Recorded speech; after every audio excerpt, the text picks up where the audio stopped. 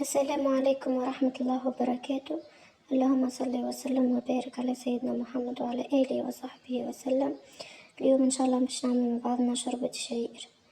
تبعوني حتى الآخر باش تعرفوا كيفاش عملتها. أول حاجة خذيت 2 كيلو شعير، نفختهم في الماء ليلة كاملة هكا، تعبي عليه الماء بالباهي وتنفخهم هكا وتخلطوا هكا بالباهي باش الكل يتنفخ بالباهي، وتخليه ليلة كاملة باش الكعبة تتنفخ بالباهي. ومن بعد باش كي نفوروها في ساعة طيب، يعني نغسلوه بالباهي الشعير ونبدلوله الماء متاعو برشا مرات، 3 4 مرات، حتى لوين تحس الماء نضاف، يعني تشوف الماء ولا نظيف وقتها سيء، وقتها تتعدى المرحلة اللي من بعدها. كيف هكا تعبي في كسكاس وتحط وتسقطره، شوف الماء كيفاش لونه معناها مسخ والكل.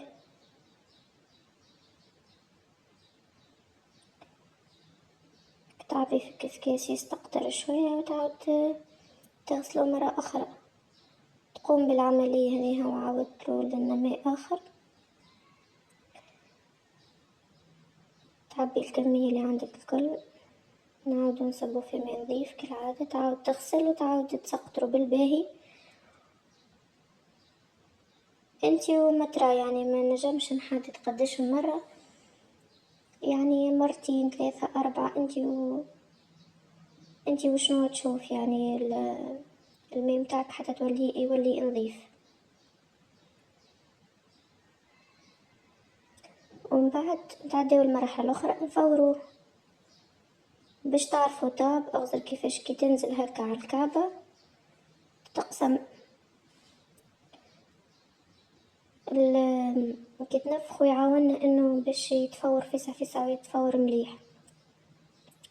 تفور الكمية اللي عندك الكل هذا هكا، بعد ما فورتو الكعبة تنفخ بالباهي ما شاء الله وتولي طايبة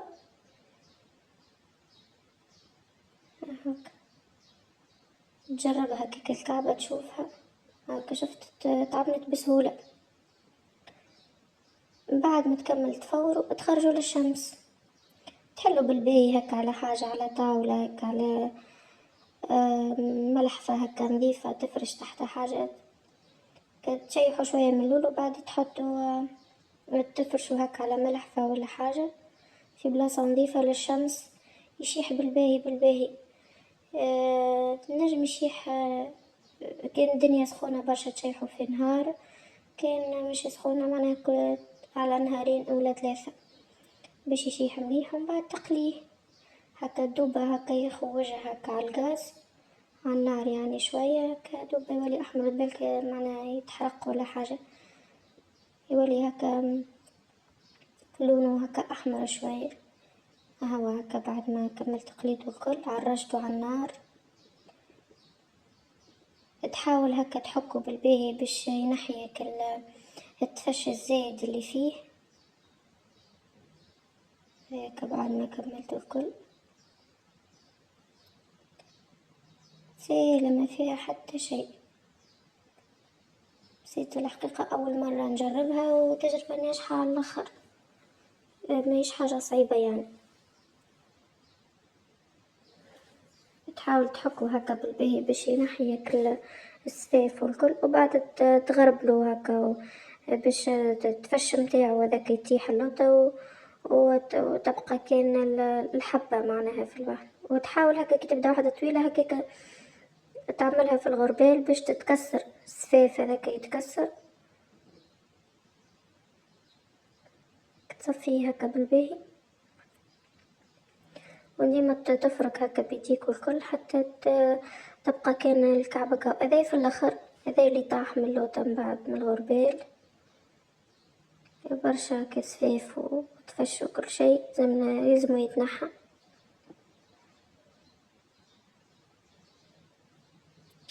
سهلة ما فيها حد شيء. من أول مرة ينجح معكم. هذايا هكا بعد ما صفيتوا كل شيء وتشوف فماش هكا حجر هكا ولا حاجة. هذايا كي تبدا كعبة هكا محروقة شوية نحاها، مش محروقة هي في مخلط ساعات يجي مع هكا قمح. هذايا بعد ما رحيتو هكا يجي معناها يلزمك تصفيه، تنحي منه الشوربة وتنحي منه التفش اللي فيه اللي يبقى معناها من الشعير هذاك. هو هكا تاخذ الغربال متاعك وتحط فيه كمية وتحاول هكا تغربله ويتلم هكا تفش خاطره خفيف يتلم في الوجه. نحي هكا تلمه وتحطه على جنب هكا في حاجة،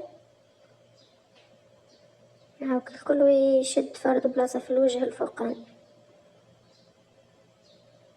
نحيه الكل كي تدور عليه، تكمل الكونتيتي اللي عندك. ساهل ماهل ما في حتى شيء. قبل ما نجربه مش في بالي صعيب الحقيقة، لكن هو أسهل من الساهل يعني. ما في حتى شيء. من أول مرة ينجح معكم، تبعوا الوصفة والطريقة ما في حتى شيء. هذاك التفش اللي نحيته زايد، ما في حتى شيء يتلوح هذاك.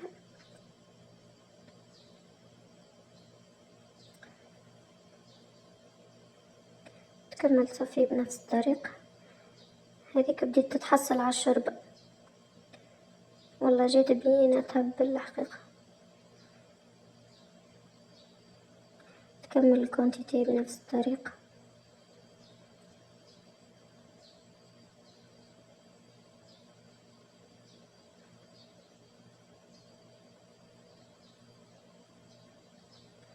ان شاء الله تجربوا طريقتي وان شاء الله تعجبكم. اذا وصلتوا معايا الفيديو حتى لنا قولوا لي منين تتبعوا فيا، وخليوا جيم